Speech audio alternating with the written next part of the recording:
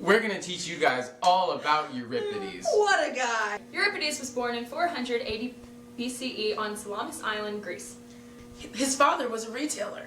His father was told by an oracle that his son would win crowns of victory, so he began to train for athletics. That didn't pan out, so... Euripides served as a dancer for a while. Not really sure what kind of dancer, but the mind wanders.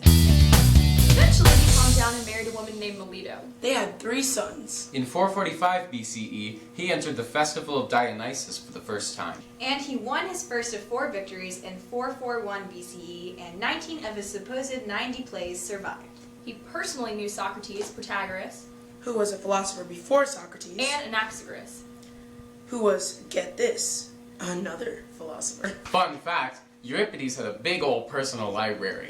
Eventually, he moved to Macedonia at the king's behest, who wanted Euripides to write for him. In 406 BCE, the old part died in Macedonia. Now it's time for some Drama! The first play we're going to discuss is Medea, which was written in 431 BCE. It is Euripides' most famous play. This Greek tragedy follows one woman's desire for revenge on her recently divorced husband, Jason, securer of the Golden Fleece, a common Greek myth. Jason left Medea for Glauce, the daughter of Creon, the current king of Corinth, their home. Creon has predicted that she might do something vengeful, so he exiles her from Corinth. Medea tries to remind Jason of all she's done for him in hopes that he will keep her around, and he eventually promises to support Medea and keep her as a mistress. She does not believe him. Medea then carries out her plot. As a sign of good faith, she gives poisoned golden robes to Glauce to wear at her wedding. Glauce dies and Cleon dies, because he was clutching Glauce's dying body and came into contact with the robes. And in order to hurt Jason to the absolute maximum, she resolves to also kill her children. When Jason confronts Medea about the murders, he finds his children's dead bodies. In the end, Medea escapes to Athens on Helios's chariot with her children's bodies.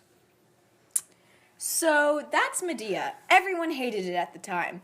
A strong woman, children murdered? No thanks. Before Medea, Euripides wrote Alcestis. Afterwards, he wrote Hippolytus, the Trojan woman, and quite a few other plays.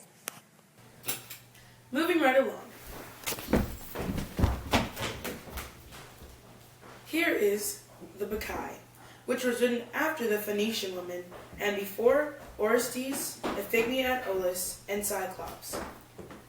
Dionysus, son of Zeus and some mortal lady, Semele, returns to his motherland, Thebes, years later disguised as a stranger. When Dionysus was born, the town was disgusted with him because his mom a god and had a baby.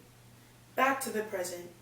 Dionysus wants to punish the town for treating his mother like a whore. And Semele's father gave the kingdom to his other grandson. So that's Dionysus' cousin. His name is Pentheus. Pentheus has decided not to let the town worship Dionysus. So obviously there's some beef there. Then Pentheus, this is Dionysus' cousin, tries to kill him like 3 times but couldn't.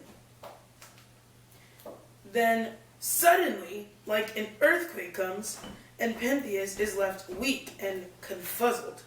Okay, so then Dionysus tries to get Pentheus to change his mind about how he feels about him and make up with him and stuff. And Pentheus was like, nah, fam. So then a group of mad women were having themselves a little fete.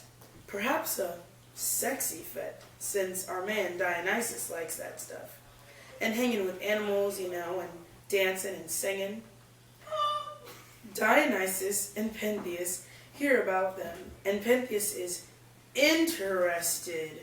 So Dionysus is like, go for it, man. So he goes into the woods, but he can't see them. And, oh, whoa.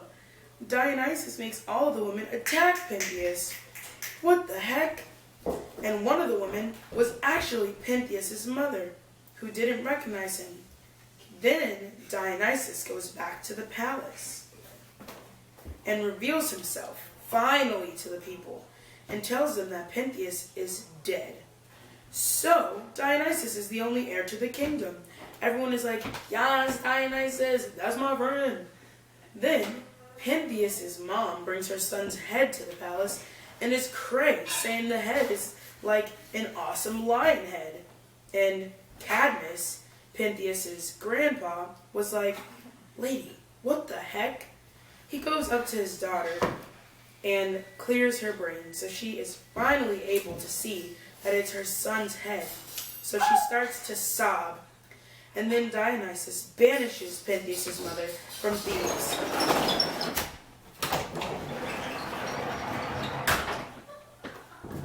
And he turns to his grandpa and his grandfather's wife and turns them into snakes and sends them into a Greek land with a horde of barbarians. And that is how the story ends. Dionysus rules.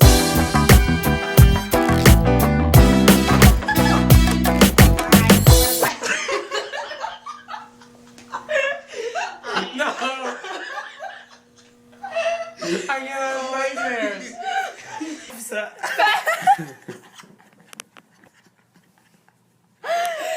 Adam farted.